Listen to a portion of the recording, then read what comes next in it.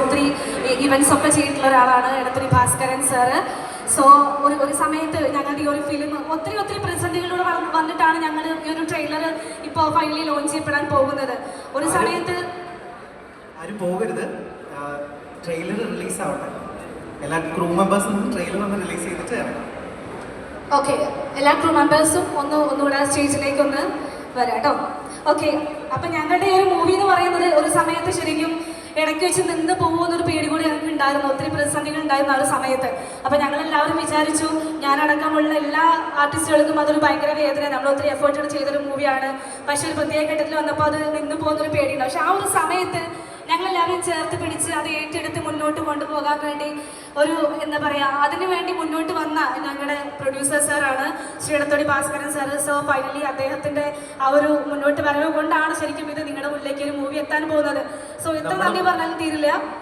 നമ്മളും വളരെ സമയത്തിന്റെ പ്രതിസന്ധിയിലൂടെ പോവുകയാണ്, നമുക്ക് അറിയാം. ഓക്കെ ജസ്റ്റ് സെക്കൻഡ് ഇപ്പൊ തീർക്കാം. ഓക്കെ, സോ അദ്ദേഹത്തെ നിങ്ങൾക്ക് മുന്നിൽ പരിചയപ്പെടുത്താൻ വേണ്ടി ഒരു ചെറിയ വീഡിയോ ക്ലിപ്പ് ഞാനിവിടെ പ്ലേ ചെയ്യാണ്. So video please.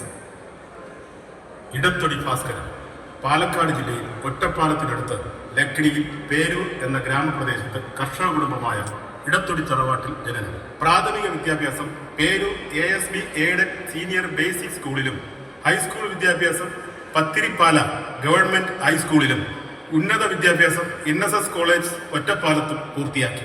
വിദ്യാഭ്യാസ കാലഘട്ടത്തിൽ തന്നെ കലാ സാംസ്കാരിക പ്രവർത്തനങ്ങളിൽ മികവ് പുലർത്തിയിരുന്നു.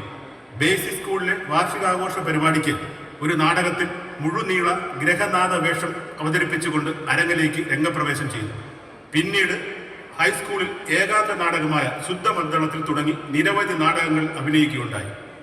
1983 മുതൽ പ്രവാസ ജീവിതം ആരംഭിച്ചു. വിദ്യാഭ്യാസത്തിന് ശേഷം സൗദി അറേബ്യയിൽ ജോലിയിൽ വ്യാപൃതനായതോടെ കലാരംഗത്തു നിന്നും താൽക്കാലികമായി വിട്ടുനിന്നു. എങ്കിലും പ്രവാസ ലോകത്ത് സാമൂഹിക സാംസ്കാരിക രംഗത്ത് WMC, BDK തുടങ്ങി നിരവധി സംഘടനകളുടെ നേതൃത്വ നിലയിലും പ്രവർത്തിച്ചിരുന്നു.